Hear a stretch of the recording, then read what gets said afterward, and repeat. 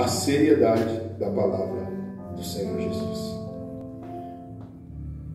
Quando eu comecei a preparar esse sermão em casa, eu estava dirigindo, na verdade, estávamos encerrando a série de mensagens do mês passado, que, por sinal, mensagens maravilhosas que nós ouvimos aqui da parte do Senhor. A pior foi a minha, infelizmente. Vocês me aceitam porque eu sou pastor da igreja, engula mesmo, porque eu sou pastor. Se vocês não me aceitarem, aí vai ter briga com Deus. Mas se não, pede para me matar logo, aí ficou outro pastor, o pastor Marconi, e por aí vai. Tem o pastor Jorge chegando aí também. Não, eu sou mais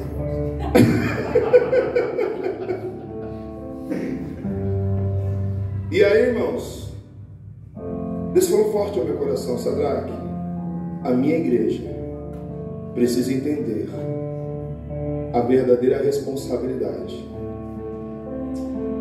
de ser o reino nessa terra.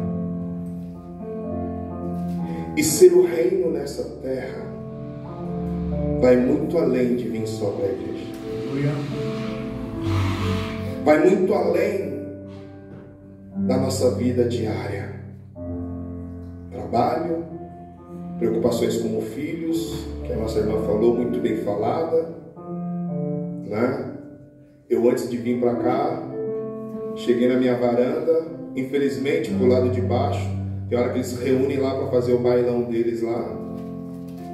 A menininha dançando funk, a mãe se graciando com a menina, e isso me entristece o coração, porque ela ri agora dessa oferta do mundo, mas amanhã ela pode chorar com as coisas horríveis que pode acontecer com essa criança, com essa influência que é o funk. E infelizmente, nós que estamos aqui, porque Deus fala com quem está presente, Deus não fala com quem está ausente, Deus fala com quem está presente. E se você estar aqui, é você que precisa tomar tendência da sua vida com Cristo. Glória a Deus. Não terceirize aquilo que você precisa fazer, aquilo que está sobre a sua responsabilidade. Não terceirize. Olhe para o autor e consumador da sua fé e faça a sua parte, porque Jesus está voltando. Aleluia. Vamos para a palavra? Irmãos, meditando nesse texto e pensando por esta palavra, louvado e exaltado o nome do Senhor Jesus Cristo, esse é um texto que o contexto dele é totalmente para a nação judaica, para o povo judeu. É algo que é relacionado para um público específico. O livro de Mateus, ele é trabalhado para a linguagem do povo judeu. E eu fico assim, pasme com Jesus, porque pensa bem, está os judeus a vida toda seguindo a Torá, seguindo as leis mosaicas, sim ou não, igreja? Era natural para eles. Existem os historiadores, os pensadores que falam que uma criança nascida num lar judeu, existe a possibilidade de com 7 anos ela já saber pelo menos os 10 mandamentos da lei, que é amar a Deus sobre todas as coisas, amar ao próximo como a ti mesmo, aquelas coisas que, se os 10 a gente tem dificuldade de decorar, imagine os 300 e lá vai tantos preceitos da lei judaica. Só os 10 já é difícil, imagine tantos outros preceitos da lei. Esse povo vivendo em uma obediência sobre aquilo que Deus colocou sobre a vida de Moisés. Esse é um dos pontos que eu quero tratar nessa noite. A rotina, a prática, com obediência. Aí vem Jesus. E vindo Jesus, Cláudio, ele olha para essa igreja chamada judaica, que obedecia a ele, o Pai, dentro dos preceitos da lei, E se a gente vai estudar um pouquinho, a gente vê que sempre há um ponto de interrogação, sempre há um ponto negativo na vida dos homens que antecederam a Jesus. Sempre há um ponto negativo na vida dos homens, por mais obedientes que foram. Sempre houve um ponto negativo na vida desses homens, até a vinda de Jesus. E aí Jesus chega no cenário, agora já com seus 30 anos, cumprindo o propósito do Pai, fazendo a vontade do Pai. E aí aquilo que me desconstruiu, ele começa a pregação do Sermão do Monte. Quem sabe onde começa o Sermão do Monte? Capítulo 5 de Mateus. Pastor Jorge e toda a igreja. Pensa o senhor, 17 anos trabalhando no lugar, já sabendo a rotina do lugar, fazendo tudo o que precisa ser feito naquele lugar, que eu conheci. Foi no mesmo lugar que eu fiz um tempo com o senhor, né? E o pastor Jorge trabalhava demais naquele lugar mesmo. Era um prédio de quantos andares? 13 andares. O pastor Jorge, ele cuidava dos 13 andares na área da manutenção. Pastor Jorge, 17 anos, fazendo a mesma coisa, cuidando e zelando. E aí daqui a pouco chega alguém e fala para o pastor Jorge: está tudo errado. Está tudo errado. Está tudo errado. Porque nas minhas convicções, porque eu quero falar com convicção aqui. Jesus, quando olha para esse povo, senta todo mundo aí. Eu preciso dizer para vocês o que é o reino de Jesus. Eu preciso dizer para vocês o que é servir ao Pai de verdade. E aí ele começa desconstruindo, falando sobre as bem-aventuranças. Porque para obedecer a lei, eles obedeciam a lei daquelas pessoas que tinham as características deles, que fazia tudo certo igualzinho a eles, que fazia tudo beleza igualzinho a eles. Mas Jesus chega agora, e começa a dizer: olha, esse é o recado de Deus, e essa é a vontade do meu Pai, para que todos nós venhamos fazer a vontade dele nessa terra. E começa a desconstruir uma religiosidade na vida daqueles homens que estavam acostumados a fazer as coisas. Porque para Jesus falar que bem-aventurados eram os que choravam, automaticamente os que choravam eram esquecidos. Se Jesus fala bem-aventurados são os que sofrem, provavelmente os que sofrem sofriam algum tipo de exclusão no meio do povo. Está pegando o que eu estou querendo dizer? Jesus, ele começa desconstruindo os achismos daquelas pessoas que automaticamente entendiam que obedecia a Deus, mas tinha muitas coisas em suas vidas que negavam a vontade do Pai. E aí chega no texto, porque eu quero andar, porque a hora já vai embora. Chega o texto em que eu separei e colocado no meu coração por intermédio da vontade de Deus. A oração do Pai. A oração pelo Pai. Deixa eu te dizer uma coisa. No original, automaticamente, eu já pulei aqui a introdução, porque eu queria falar sobre o que era vocacionado. Mas tudo bem. Vai ter outros domingos que você vai entender o que é ser vocacionado. Louvado e exaltado o nome do Senhor Cristo. Ele começa a dizer: olha, agora vocês vão ter que orar ao Pai. De que forma? Porque era natural na nação judaica, no conceito judaico, reconhecer a Deus como Senhor, não como Pai. Era natural eles terem esse entendimento: não, Deus é Deus e Ele é o nosso Senhor. Aí vem Jesus desconstruindo eles. Agora vocês precisam entender que esse Deus, Ele precisa ser o Pai de vocês. Porque no original, Pai aqui quer dizer Abba, o amor de Pai.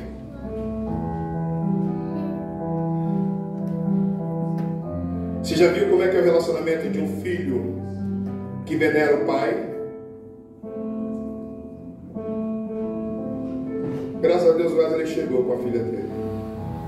Pensa num charme que essa menina tem com o pai. A mãe ganha presente, não, a mãe dá presente para ela, mas você pergunta para ela: quem foi que te deu presente? Papai.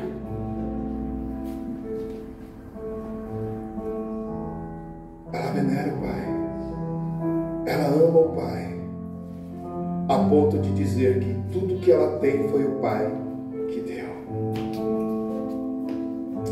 A nação judaica, o povo judaico, eles precisavam entender que eles eram filho de um Deus Pai. Irmãos, quantos de nós negligenciamos Jesus, negligenciamos Deus em nossas atitudes, em reconhecê-lo como nosso Pai? Porque a gente nasce, a gente começa a crescer, e deixa eu te falar uma verdade aqui. A cada ano que passa, a gente vai achando que sabe mais do que o outro em relação à Bíblia. E falar para crente, irmão, ou coisa é difícil. Pregar para crente, né? Porque ele não está no campo teológico, aquilo ali ele errou.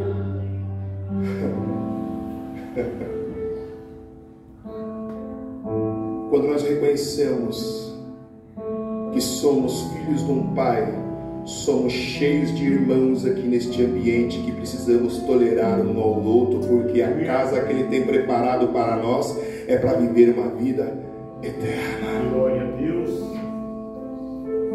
E viver essa vida eterna com o nosso Pai, é preciso desconstruir alguns achismos em nós. Jesus, ele começa dizendo: Pai nosso que estás no céu. E os judeus começam a olhar para Jesus e dizer: como? Se Ele é meu Senhor, agora Ele tem que ser meu Pai. Se nós não reconhecemos Ele como nosso Pai, jamais entendemos o nosso relacionamento com Ele. Jamais nós temos uma fidelidade no relacionamento com Ele como Pai.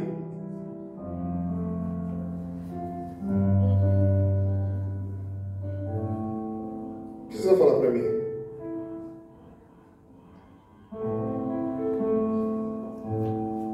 Outro dia estávamos em casa. Não sei o que aconteceu, a Nathalie bateu na porta do... Nem bateu na porta do quarto, ela abriu a porta do quarto. Porque ela sabe que ela tem um pai e ela pode entrar no quarto do pai e falar com o pai ou falar com a mãe. Ela entendeu que tem acesso direto para falar com esse pai. E nós? Por que eu estou falando isso? Porque muitas das vezes a gente entrega os nossos problemas para a mão, sei lá. A gente fala para o vizinho, que nem crente é. A gente fala para o macumbeiro. A gente fala para tantas pessoas, mas esquece de entrar no quarto com o pai e conversar com o pai. Falar com o pai. Apresentar ao pai.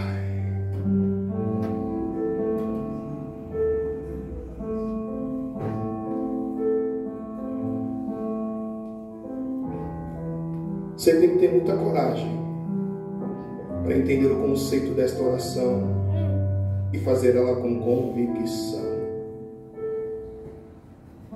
E a gente tem vivido uma das piores fases do cristianismo, aonde há muito crente mimizento, dodóizento, que não aguenta um pouquinho mais de chamado a adorar ao Pai. Aconteceu isso hoje. A pastora Rosa está aqui. Vamos adorar ao Senhor. Yeshu, o hino que a gente conhece de cor e salteado, a gente está assim.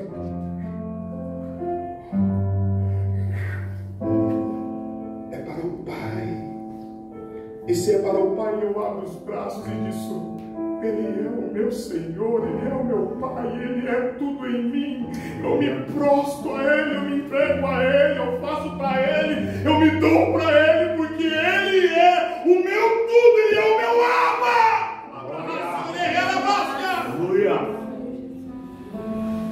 Nós fomos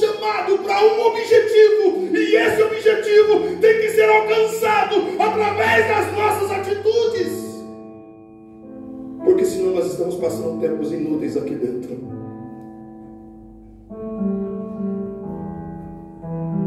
Nós vestimos uma roupa bonita, vamos para esse ambiente, colocamos até um perfuminho, ou às vezes tem gente que nem perfume tem para colocar, mas vem assim mesmo. Em muitos dos casos, não entende o que o Luciano falou. Isso aqui é um quebra-cabeça, você tem que juntar todas as peças e sair daqui com a convicção da sua vida em Cristo Jesus. A gente costuma terceirizar. O culto não foi bom hoje. O culto não foi bom porque você não entendeu a adoração que você precisou oferecer ao Pai. Aleluia. Irmãos, o texto ele diz, e eu estou andando aqui porque a hora vai embora.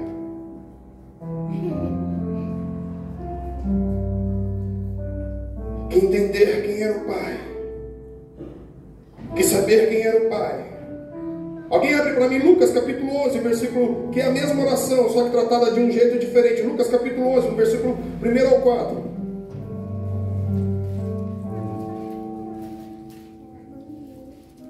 E aconteceu que, estando ele a orar num certo lugar, quando acabou, lhe disse um dos seus discípulos: Senhor, ensina-nos a orar, como também João ensinou os seus discípulos.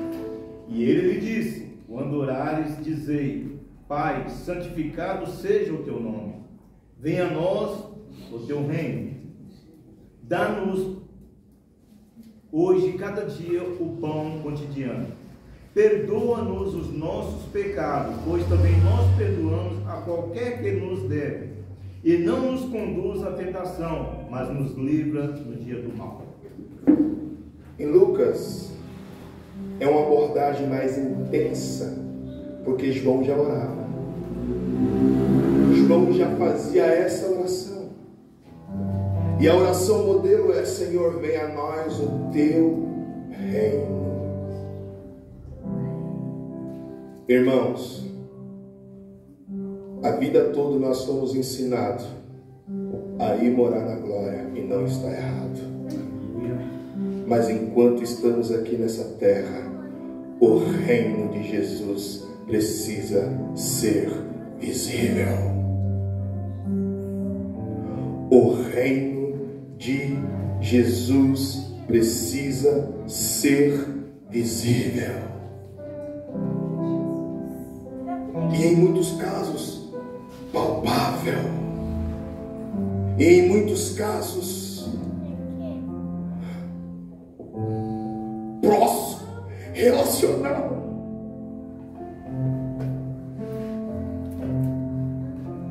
Mas o que é que está acontecendo? Eu tenho dito, e não sei se acontece com vocês, a gente passa na rua e encontra alguns irmãos que sabem que a gente é irmão, que sabem que a gente também serve a Jesus, mas em vez de ter a paz do Senhor Jesus, meu irmão, ele vira as costas, ele vira a cara, ele vira sei lá para onde, ele tem vergonha de dizer que nós somos irmãos em Cristo Jesus.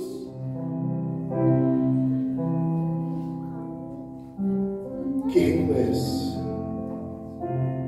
Aonde está Jesus apresentado? Aonde Jesus está sendo explícito? Porque se a oração de Jesus é: Pai nosso que estás no céu, santificado seja o teu nome.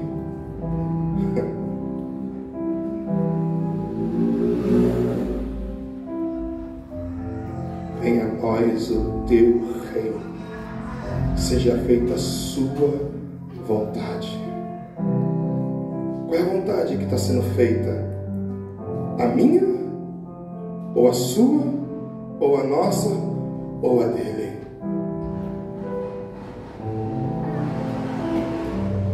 Ai, pastor, irmão,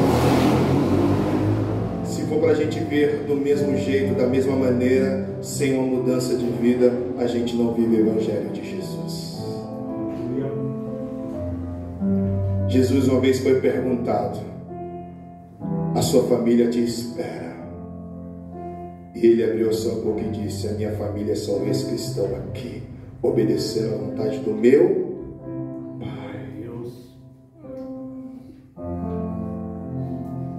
gente dá prioridade para coisas fúteis nas nossas vidas. A gente dá prioridade para mentiras.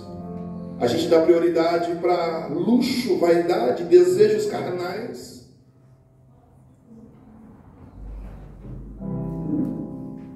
E o reino de Jesus fica em segundo, terceiro e quarto plano. Eu mandei uma mensagem esses dias. No dia em que a pastora fez o banner para nós divulgarmos.